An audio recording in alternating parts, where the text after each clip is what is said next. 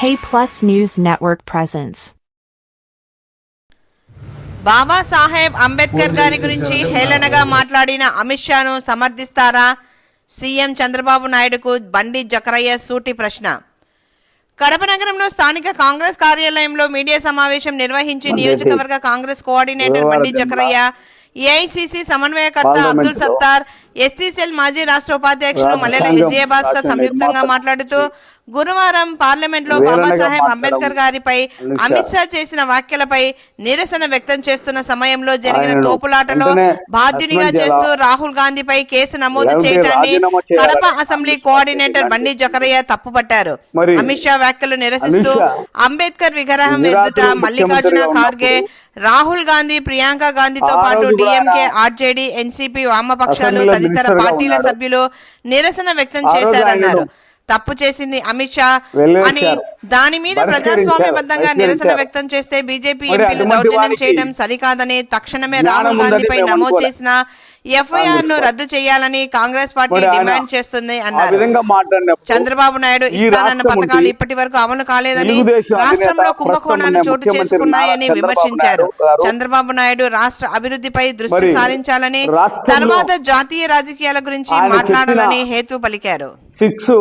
Super 6 గురించి ఆలోచించకుండా, అవి చెయ్యాలని ఆలోచన లేకుండా ఆయన అమిత్ షాకు మద్దతు పలకడము, ఎన్డీఏకు మద్దతు పలకడము, ఆయన చంద్రబాబు నాయుడు అవివేకంగా ఆలోచిస్తున్నాడు.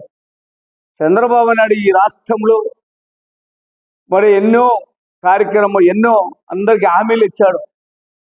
మరి స్త్రీలకు బస్సు ఫ్రీ అని చెప్పాడు. మరి నువ్వు 6 నెలలు అయిపోతుంది, 7వ నెల పడినది, ఇంతవరకు దాని గురించి లేనే లేదు.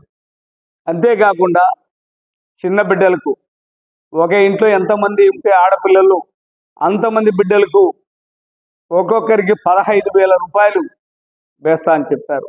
ఇంతవరకు ఆ ఊసే లేదు, రైతులకు ఊసే లేదు. మరి ఇటువంటివి చాలా ఎన్నో ఉన్నాయి. ఈ రాష్ట్రాన్ని నువ్వు చూసుకోకుండా నువ్వు ఆయనకు మద్దతు పలకడము, మరి రాజ్యాంగ నిర్మాతను వేలన చేసి మాట్లాడిన వ్యక్తికి నువ్వు మద్దతు పలకడం ఇదిందో ఎంత మాత్రము సమావేశమని కాంగ్రెస్ పార్టీ ఖండిస్తుంది.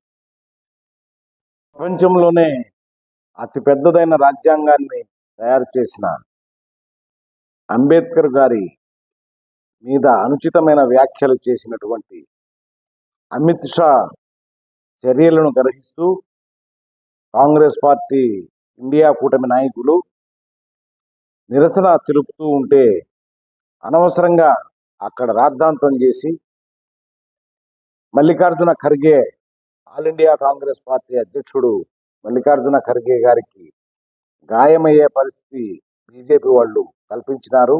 ఇది పూర్తిగా అధికార బలం. అంతేకాకుండా ఆ నిరసన జరిగే కార్యక్రమంలో పాల్గొన్న రాహుల్ గాంధీ గారి పైన అనవసరంగా పోలీసు కేసు నమోదు చేశారు.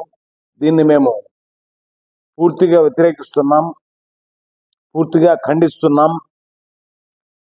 అధికారం ఉంది కదా అని అనవసరమైన కేసులు బనాయించి ఇబ్బంది పెట్టాలనుకోవడము బీజేపీ యొక్క నిర్లక్ష్య వైఖరికి ఇది నిదర్శనమైంది. కాబట్టి వెంటనే కేసులను ఉపసంహరించుకోవాలా అని చెప్పని రాహుల్ గాంధీ తదితర నాయకులపై పెట్టిన కేసులు ఉపసంహరించాలని కాంగ్రెస్ పార్టీగా డిమాండ్ చేస్తాం. మల్లెల విజయభాస్కర్, కాంగ్రెస్ పార్టీ రాష్ట్ర ఈసీసీఎల్ ఉపాధ్యక్షుడి. ఈరోజు రాజకీయాలు చూస్తూ ఉంటే అసలు భారతదేశంలో రాజ్యాంగం ఉందా, ఆ రాజ్యాంగం భూస్థాపితం చేస్తున్నటువంటి పరిస్థితి ఎదురవుతుందని కూడా ఈ సందర్భంగా నేను తెలియజేస్తా ఉన్నాను. ఎందుకంటే డాక్టర్ బిఆర్ అంబేద్కర్ గారు రాజ్యాంగాన్ని నిర్మించినటువంటి మహనీయుడు. ఒక తిట్టు మోడీ ఏమో ఆయన ప్రధాని గారు నేను అంబేద్కర్ గారిని గౌరవిస్తాను అంటున్నాడు. ఒకవైపు ఏమో అంబేద్కర్ గారికి ఇంత ఘోర అపజయం, అపరాధం జరుగుతున్నప్పటికీ దాని విషయంలో ఆయన ఖండించకపోవడము చాలా బాధాకరము. మరి అమిత్ షా గారు మరి ఆయన ఈ యొక్క పాలిటిక్స్ అంతా డైవర్ట్ చేస్తూ కాంగ్రెస్ పార్టీ మీద నెపం వేస్తున్నారు. ఎప్పుడో అప్పుడు అంబేద్కర్ గారిని కాంగ్రెస్ పార్టీ ఓడించిందని అంటే ఇది దోషులుగా చేస్తున్నారు రాహుల్ గాంధీ గారిని. మరి కాంగ్రెస్ పార్టీని ఆయన కొంచెం అవహేళనగా చేస్తూ మాట్లాడడం అనేది చాలా బాధాకరము. మేమైతే ఈ విషయంలో ఖండిస్తున్నాం. అంబేద్కర్ గారు విషయంలో ఏది జరిగినా కూడా మేము పార్లమెంటులో జరిగినటువంటి సంఘటన విషయంలో మేము గట్టిగా ఖండిస్తూ మరి కాంగ్రెస్ పార్టీ ఎప్పుడు కూడా ఇటువంటి విషయాల్లో ముందుండి పోరాటం చేస్తున్న సందర్భంగా నేను తెలియజేస్తున్నాను.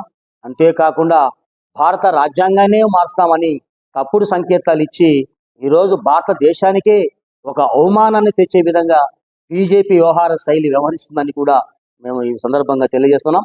కాబట్టి బీజేపీ ప్రభుత్వానికి మేము ఒక్కటే హెచ్చరిక చేస్తా ఉన్నాం. రాజ్యాంగాన్ని విషయంలో మీరు ఎటువంటి పరిస్థితుల్లో కూడా పొరపాటునో గ్రహపాటునో మీరు తప్పుదో పట్టించి అంబేద్కర్ గారికి అవమానకరమైనటువంటి పరిస్థితికి కల్పిస్తే మేమే చూస్తూ ఊరుకోమని రాబోయే రోజుల్లో ఇంకా ఉధృతంగా మేము ఈ విషయం పైన పోరాటం చేసి మీకు బుద్ధి చెప్తామని కూడా ఈ సందర్భంగా తెలియజేస్తున్నాం.